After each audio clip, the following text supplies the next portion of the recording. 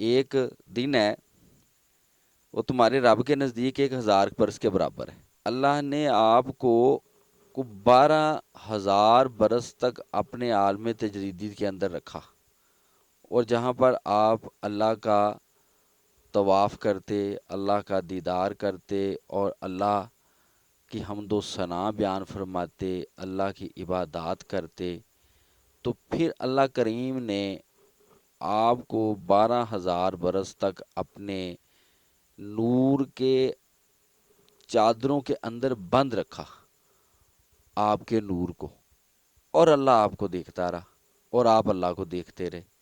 اور اللہ کا اور آپ کا ایک ایسا رشتہ اور نسبت بنی کہ جس میں آ کے اللہ پاک نے کو ایک خیال آیا کو آپ کو خلق کرنے کا میرا مقصد تو تھا کہ کوئی اللہ کی کبریائی بیان کرے، کو اللہ کی حمد و ثنا کرے اور اللہ کے ہونے کا اظہار ہو، کیونکہ وہ تو اکیلا تھا اس وقت، کوئی اس کے پاس نہیں تھا، وہ واحد ذات ہے کہ جب کچھ نہ تھا تو وہ تھا، جب کچھ نہیں ہوگا تو وہ ہوگا، تو وہ حقیقت تو وہ مالک حقیقی ہے۔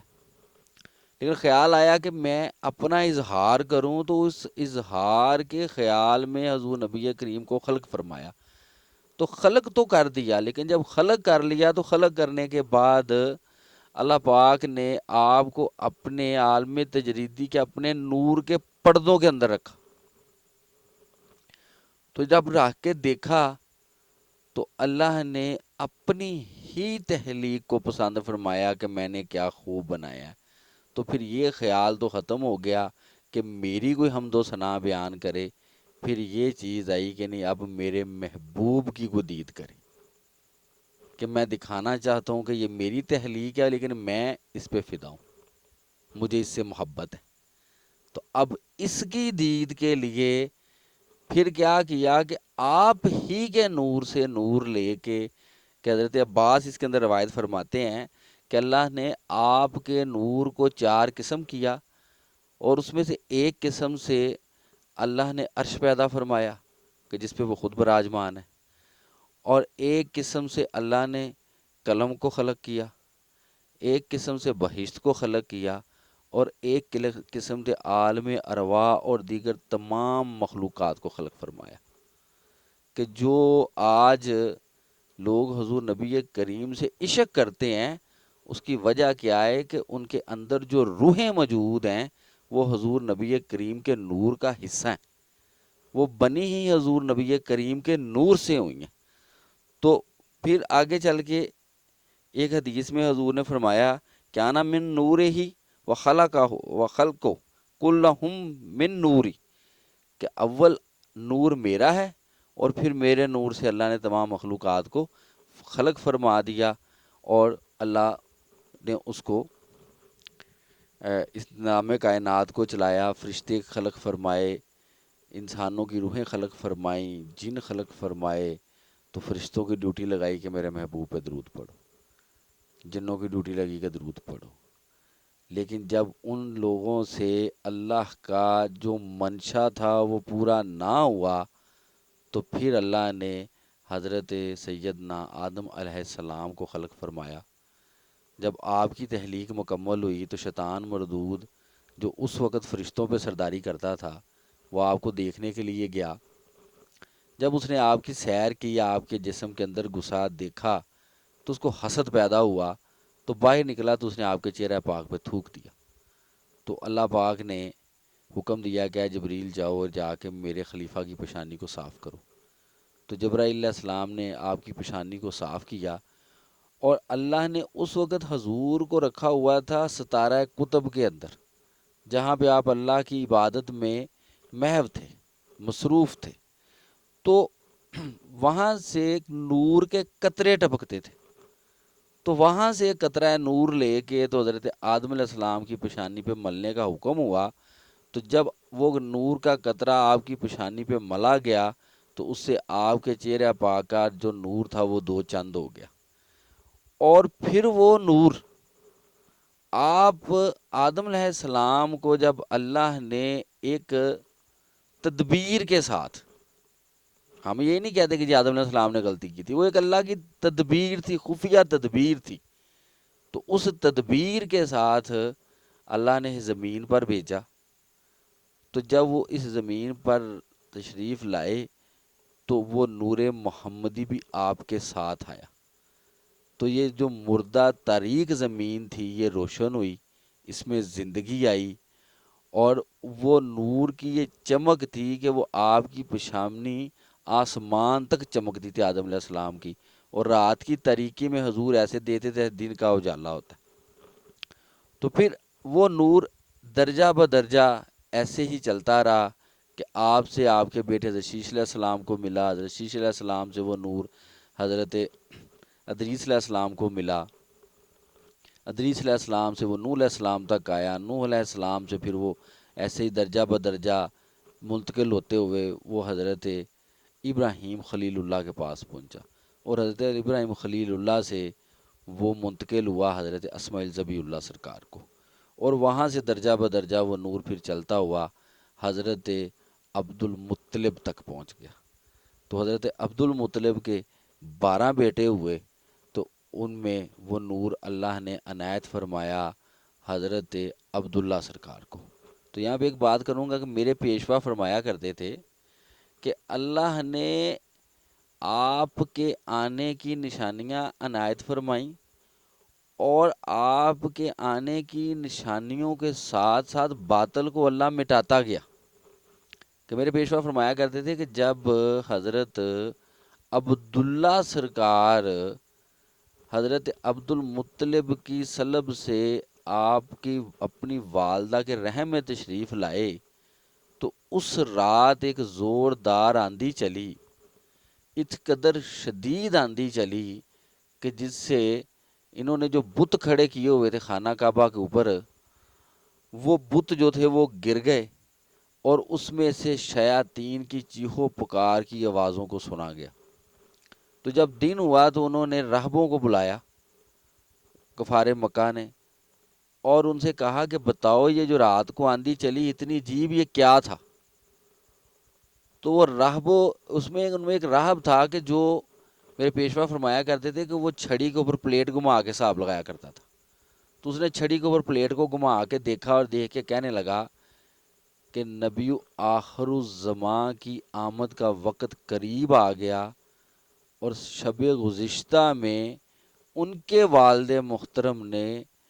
اپنے باپ کی صلب سے اپنے ماں کے رحم کی طرف قصد فرمایا، اور اب ان کا وقت نزدیک ہے.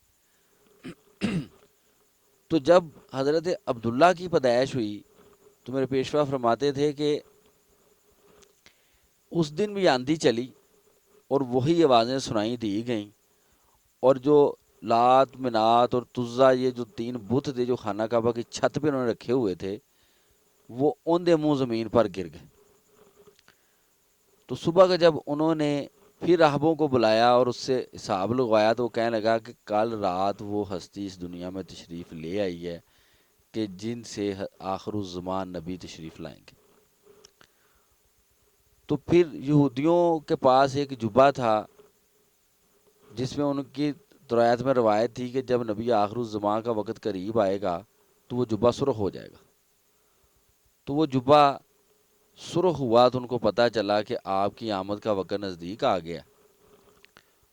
تو انہوں نے جب اس کو دیکھا کہ ان کو پتہ لگا کہ آپ کے والد صاحب تشریف لے آئے ہیں تو ان میں سے کچھ یہود اس چیز کی قسم کھائی کہ ہم ان کے والد صاحب کو شہید کر دیں گے. تو اس کے لیے وہ مکہ میں آئے. وہ بہت کوشش و جستجو کرتے رہے لیکن وہ کامیاب نہ ہو سکے. تو ایک دن حضرت عبداللہ میدان کی طرف جا رہے تھے تو آپ نے کیا دیکھا کہ میری پشت سے ایک نور نکلا ہے جو 4 ٹکڑے ہوا ہے. ایک ٹکڑا اس کا آسمان کی طرف چلا گیا، ایک زمین کی طرف چلا گیا، ایک مشرق کی طرف چلا گیا، اور ایک مغرب کی طرف چلا گیا. تو آپ وہ دیکھ کے ماجرا بڑے پریشان ہوئے. تو گھر آ کے آپ نے اپنے والد صاحب حضرت عبداللہ عبد المطلب سے کہا کہ ابا جان میں نے آج یہ ماجرا دیکھا، یہ کیا ہے؟ تو وہ فرمانے لگے کہ بیٹا یہ بہت مبارک ہے، میں نے ایک خواب دیکھا تھا کہ اس خواب میں نور ہی نور تھا. تو میں نے دیکھا کہ ایک درخت ہے سبز اور اس کے نیچے ایک بزرگ ہستی تشریف فرما تھی. تو میں جا کے ان کو ملا, سلام کیا. تو میں نے پوچھا کہ آپ کون ہیں؟ تو وہ ہستی فرمانے لگی کہ میں نبی آخر الزماں ہوں اور میں تمہارے گھر میں آؤں گا. تو یہ وہ نور ہے کہ جو اللہ نے ہمیں عطا کیا, جو مجھ سے تیری طرف گیا. تو وہ نور نبی آخر الزماں کا ہے, یہ بات تم کسی کو بتانا مت. تو ایک دن آپ جب پھر نکلے تو وہ یہودی جو تھے وہ تلواریں سوت کر آپ کے پیچھے گئے. تو کھلے میدان میں وہ آپ کو مارنا چاہتے تھے. تو اللہ نے اس وقت فرشتوں کی ایک جماعت بھیجی آسمان سے کہ جنہوں نے آ کے ان تمام کو مار دیا. تو وہاں پر آپ کے سسر آقا دو جہاں کے نانا جان دیکھ رہے تھے اس سارے ماجرے کو کہ یہودی آپ کو مارنے کے در پہ ہیں, مگر اللہ نے اپنے فرشتوں کے ذریعے آپ کی حفاظت فرمائی. تو انہوں نے گھر آ کے اپنی زوجہ سے کہا کہ جاؤ جا کے عبد المطلب سے کہو کہ اپنے بیٹے کی شادی میری بیٹی آمنہ سے کر دے, کہ بیٹے عبداللہ کی شادی میری بیٹی آمنہ سے کرے. تو اس وقت حضرت آمنہ عرب کی تمام عورتوں میں سب سے پارسا, نیک اور خوبصورت اور بہت ہی باصلاحیت اور اللہ کی منظور نظر خاتون تھی کہ اللہ نے آپ کو پسند فرمایا حضور نبی کریم کی والدہ کے لیے. تو پھر حضرت عبد المطلب نے ہاں کر دی تو آپ کی شادی حضرت اماں آمنہ سے ہو گئی. تو ایک دن آپ مکہ کے ایک بازار میں جا رہے تھے تو وہاں پہ نوفل کے خاندان میں سے ایک عورت تھی کہ جو تورات, انجیل اور زبور کا بڑا علم رکھتی تھی. تو اس نے جب آپ کو دیکھا تو وہ کہنے لگی کہ تم عبد المطلب کی نسل سے ہو؟ تو آپ فرمانے لگے بالکل. تو وہ کہنے لگی کیا تمہیں کو تمہارے باپ نے قربان کیا تھا؟ فرمایا کہ بالکل. اور حضور نبی پاک نے بھی اس کے اوپر ارشاد فرمایا کہ میں دو ذبح کیے ہوا کا بیٹا ہوں, ایک حضرت اسماعیل ذبیح اللہ اور دوسرے آپ کے والد محترم حضرت عبداللہ کہ جن کو اللہ کی راہ میں نظر کیا گیا. تو وہ کہنے لگی کہ میں آپ سے شادی کرنا چاہتی ہوں, میں آپ کو 100 اونٹوں کا بوجھ مال دوں گی, میں تاجر ہوں اور جو تم چاہو گے مجھ سے لے لینا, تو اگر تم رضامندی اختیار کرو تو میرے ساتھ شادی کر لو. تو آپ نے فرمایا کہ تمہیں کل بتاؤں گا اس کے بارے میں اپنے والد صاحب سے مشورہ کرنے کے بعد. تو وہ جب حضور وہاں سے آئے تو اس رات بارضائے الہی حضور آقا دو جہاں کی جناب پاک نور نے آپ کے سلب سے اماں جی سرکار کے رحم کی طرف قصد فرمایا اور وہ نور آپ سے نکل کے تو اماں آمنہ سرکار کی پیشانی کے اوپر ظاہر ہو گیا. تو جب صبح ہوئی تو آپ گئے تو اس سے کہنے لگے میں تیرے لیے تیرے ساتھ شادی کرنے کو تیار ہوں. تو کہنے لگی آپ کی طرف دیکھ کے, وہ بڑی عقل مند عورت تھی, جب اس نے آپ کی پیشانی کی طرف دیکھا تو کہنے لگی تم گھر میں بیوی رکھتے ہو؟ فرمایا کہ ہاں. تو کہا پھر اب تمہارے پاس وہ نہیں ہے کہ جس کی میں خواہش مند تھی, تو اب مجھے تو ایسا شادی کی ضرورت نہیں. تو پھر بارضائے الہی جب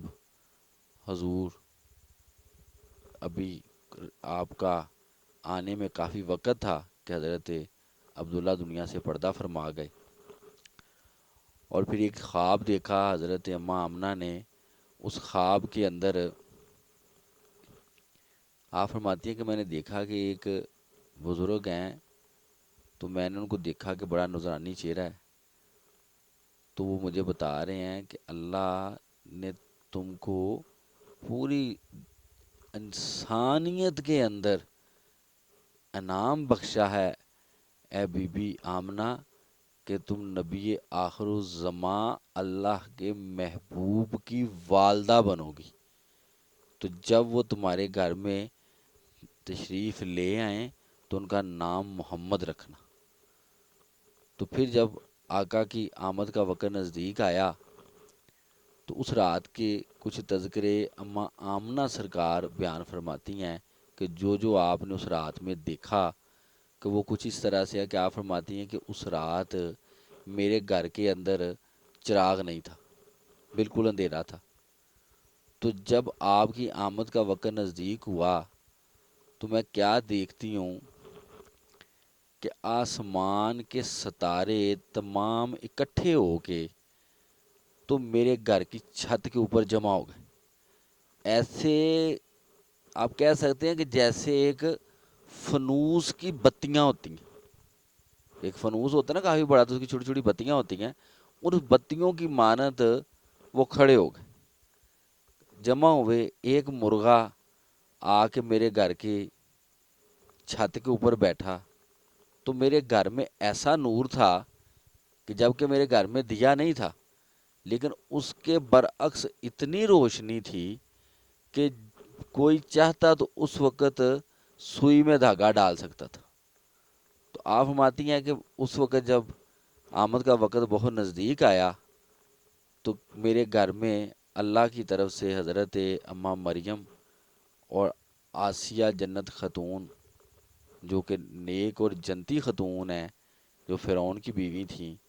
اور ساتھ میں کچھ حوروں کو لے کے آئیں، اور اس وقت انہوں نے میری مدد کی۔ تو آپ فرماتی ہیں کہ میں نے جب حضور تشریف لے آئے تو کیا دیکھا کہ سب سے پہلے آپ نے زمین پر سجدہ کیا، اللہ کی حمد و ثنا کی، اور اس وقت بھی آپ یہ دعا کر رہے تھے کہ اے اللہ میری امت پہ رحم فرما دے، اے اللہ میری امت پہ رحم فرما دے۔ تو فرمایا کہ پھر میں کیا دیکھتی ہوں کہ 3 فرشتے 3 جھنڈے لے کے آئے، ایک انہوں نے بیت اللہ کی چھت کے اوپر گاڑ دیا، ایک مشرق میں گاڑ دیا، اور ایک مغرب میں گاڑ دیا۔ تو فرمایا کہ اس نور کی یہ روشنی تھی کہ جس سے میری آنکھوں کے حجابات اٹھ گئے، اور میں دیکھ رہی تھی کہ فرشتے آ رہے ہیں اور وہ نعرے لگا رہے ہیں کہ مرحبا یا رسول اللہ، کہ حضور تشریف لے آئے، اے اہل زمیں تم کو مبارک ہو کہ اللہ کے محبوب نے تمہاری طرف قصد فرمایا اور اس زمین کو سرفراز کر دیا کہ حضور اس پر تشریف لے آئے۔ تو فرمایا کہ پھر میں نے دیکھا تو بیت اللہ کو کہ وہ بھی میرے گھر کی طرف جھکا ہوا تھا، کہ بیت اللہ کو اپنے گھر کی طرف جھکا ہوا پایا۔ تمام پرندوں کو دیکھا کہ وہ سر نگوں میرے گھر کی طرف سجدہ کر رہے ہیں۔ تو فرمایا کہ پھر 2 فرشتے آئے، انہوں نے آ کے آپ کو اٹھایا، اور آپ ان کے پاس ایک تھال تھا سونے کا اور ریشمی سفید کپڑا تھا، اس کپڑے میں آپ کو لپیٹا، اور اس تھال میں سے ایک مہر لی کہ جو مہر نبوت ہے وہ حضور کے دونوں کندھوں کے درمیان نصب کر دی، اور مجھ سے کہا کہ آمنہ آپ کو مبارک ہو کہ اللہ نے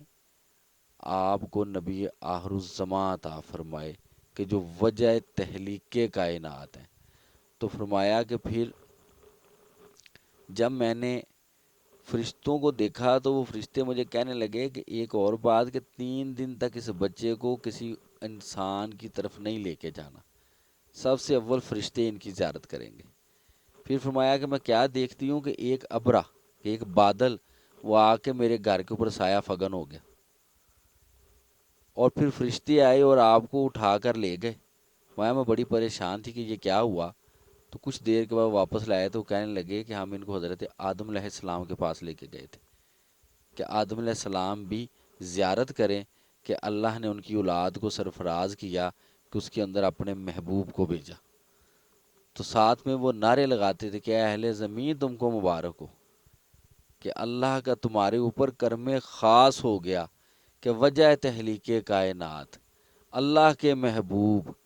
کہ جن سے اللہ پیار کرتا ہے، جن سے اللہ محبت کرتا ہے، اللہ نے ان کو تمہارے درمیان بھیج دیا۔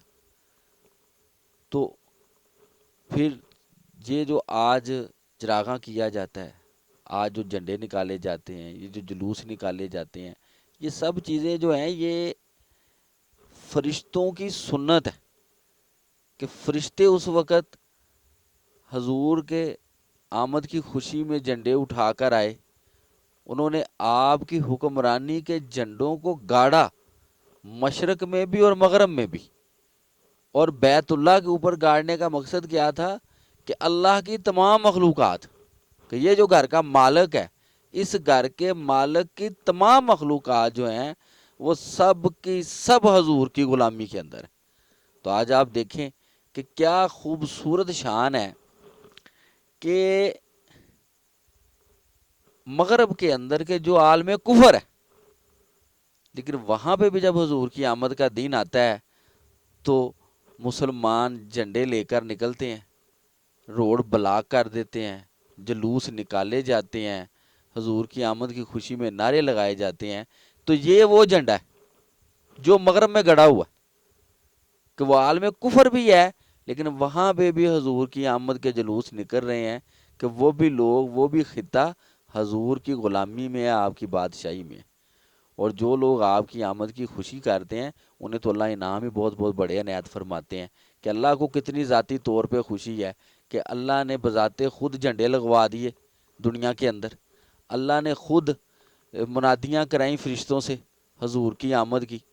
اور اللہ نے خود جو ہے جشن منایا اپنے محبوب کی آمد کا، کہ تاریخ بتاتی ہے کہ جس رات حضور تشریف لائے اس دن رات میں مکہ میں کوئی، بلکہ مکہ کے مضافات میں بھی کوئی لڑکی پیدا نہیں ہوئی، لڑکے پیدا ہوئے۔ کہ اللہ نے ہر گھر میں خوشیاں بانٹی، نعمتیں تقسیم کی۔ اور لڑکی کیوں نہ دی؟ یہ نہیں کہ لڑکی کی اللہ کو خوشی نہیں ہوتی یا وہ اچھی چیز نہیں ہے، نہیں، اصل میں عورتوں پہ ظلم بہت ہوتا تھا۔ تو اللہ نے ایسی کوئی بچی نہیں اس رات بھیجی کہ جو یہ کہے کہ اس رات میں وہ آئی اور وہ زندہ درگور ہو گئی۔ کہ اللہ کو خوشی تھی کہ ایسا نہ ہو کہ میرے محبوب کی آمد کے وقت یہ کوئی ایسا فعل کریں کہ جو میری خوشی کے اندر دخل ڈال دے۔ اور پھر آپ دیکھیں کہ یہ کافر تھا ابو لہب کے، جس کے لیے قرآن میں ارشاد ہو گیا کہ تبت یدا لہب و تب، کہ ہلاک ہو جائیں ہاتھ ابو لہب اور اس کی بیوی کے۔ کو کتنا نمول تھا کہ اللہ نے اس کے لیے قرآن پاک میں آیت نازل فرمائی۔ اور ہر مسلمان جب قرآن پاک پڑھتا ہے اور جب وہ سورت تبت پڑھتا ہے، ابو لہب کے لیے بد دعا کرتا ہے۔ کہ آپ اس کا مفہوم دیکھیں نا، کہ ہلاک ہو جائیں ہاتھ ابو لہب اور اس کی بیوی کے۔ کیا آپ غلامان رسول دیکھو کہ کیسا عجیب معاملہ ہے کہ قیامت تک آنے والے مسلمان کلمہ گو قرآن پاک پڑھنے والے ابو لہب کے لیے بد دعائیں کرتے رہیں گے، اس پہ لعنتیں بھیجتے رہیں گے کہ اللہ نے اس کو قرآن پاک میں سند کر دیا۔ مگر اس کا ایک واقعہ ہے کہ جب حضور تشریف لائے، دین ہوا، تو اس کی ایک غلام نے اس کو جا کے بتایا کہ ابو لہب تجھے مبارک ہو کہ تیرے گھر میں بھتیجا آیا۔ اب وہ یہ نہیں جانتا کہ جو بھتیجا ہے وہ اللہ کا نبی ہے، وہ یہ نہیں جانتا کہ جو بھتیجا ہے وہ اللہ کا محبوب ہے، وہ یہ بالکل نہیں جانتا کہ وہ وجہ تخلیق کائنات ہے۔ اس کو ایک دنیاوی خوشی ہے، اس کے دل میں ایک دنیاوی بات ہے کہ اللہ نے ہمیں بھتیجا دیا ہے، ہماری نسل بڑھ گئی ہے۔ تو وہ اس خوشی میں اس نے اس لونڈی کو آزاد کر دیا کہ جاؤ میں نے تمہیں آزاد کیا۔ تو جب وہ مر گیا خبیث، تو ایک صاحبان نظر کی اس کی قبر سے گزر ہوا، تو وہ فرماتے ہیں کہ میں نے کیا دیکھا کہ اس کی قبر کے اندر دو فرشتے ہیں عذاب کے، اور انہوں نے آگ کی گرسیں اٹھائی ہوئی ہیں اور دونوں اس کو مل کے مار رہے ہیں۔ ایک گرس مار کے اٹھاتا ہے، دوسرا مار دیتا ہے۔ لیکن جب حضور کی آمد کا دن آتا ہے تو اللہ اس کو فرماتے ہیں کہ اس کی عذاب کو روک دو۔ اور وہ جو انگلی اس نے اٹھائی تھی جس سے اس نے کہا تھا کہ جاؤ میں نے تمہیں آزاد کیا، یہ جو تھوڑا مسکرایا تھا، جو اس نے تھوڑی سی خوشی کی تھی، وہ اس کے منہ میں ڈال دو۔ تو جب وہ انگلی اس کے منہ میں ڈالی جاتی ہے تو اس کو اس میں سے دودھ اور شہد ملتا ہے، کہ اللہ اس کو غذا عنایت فرماتے ہیں اور اس کے عذاب میں تخفیف کر دیتے ہیں۔ اور اس سے اس بزرگ نے پوچھا کہ تیرے ساتھ اتنا اچھا عمل کیوں، جبکہ تیرے لیے تو ہمیں حکم دیا گیا ہے کہ جب سورت تبت پڑھو لعنت بھیجو، بد دعائیں کرو۔ تو کہنے لگا کہ بس انجانے میں، بغیر سوچے، بغیر دیکھے بھتیجے کی آنے کی خوشی کی اور کنیز آزاد کر دی. وہ لونڈی آزاد کی تو اللہ کو وہ ادا اتنی پسند آئی کہ اب اللہ اس ادا کی وجہ سے میرے عذاب میں تخفیف بھی کرتے ہیں آپ کی آمد کے دن، اور مجھے اس انگلی سے دودھ اور شہد بھی عنایت فرماتے ہیں. ورنہ فرشتے 24 گھنٹے اس کو مارتے رہتے ہیں. کہ آپ دیکھیں کہ جو جانتا ہی نہیں کہ یہ اللہ کا محبوب ہے، جو جانتا ہی نہیں کہ یہ وجہ تخلیق کائنات ہے، جو جانتا ہی نہیں کہ یہ نبی آخر الزماں ہے، وہ خوشی کرے تو اللہ اس کو یہ انعام عنایت فرمائیں. تو جو لوگ یہ جانتے ہیں، جن کو یہ علم ہے کہ نبی آخر الزماں تشریف لے آئے ہیں، جن کو یہ علم ہے کہ حضور آقا دو جہاں وجہ تخلیق کائنات ہیں، جب وہ لوگ دیدہ نشستہ خوشیاں منائیں گے تو اللہ ان کے ساتھ کیا عمل کریں گے. وہ یہاں پہ مجھے ایک حدیث پاک یاد آئی، بخاری شریف کی حدیث ہے. اس میں حضور فرماتے ہیں کہ اللہ پاک نے فرشتوں کی ایک جماعت خلق فرمائی ہے جس کی یہ ڈیوٹی لگا رکھی ہے کہ وہ پوری دنیا کے اوپر پھرتے رہتے ہیں، دنیا کی سیر کرتے ہیں، اور دیکھ کے جب وہ اللہ کی بارگاہ لیے میں حاضر ہوتے ہیں تو اللہ ان سے فرماتے ہیں کہ میرے فرشتوں تم نے کیا دیکھا، میرا آدم زمین پہ کیا کر رہا ہے. تو فرشتے بتاتے ہیں کہ اللہ ہم گئے تو وہ ایک محفل سجا کے بیٹھا تھا، وہ اس میں تیری حمد بیان کر رہا تھا، تیرے محبوب کی نعت پڑھ رہا تھا، اللہ وہ ذکر خیر کر رہا تھا، اللہ وہ قرآن پڑھ رہا تھا. تو اللہ فرماتے ہیں میرے فرشتوں گواہ ہو جاؤ، مجھے قسم ہے میری عزت کی، میں نے ان کو بخش دیا.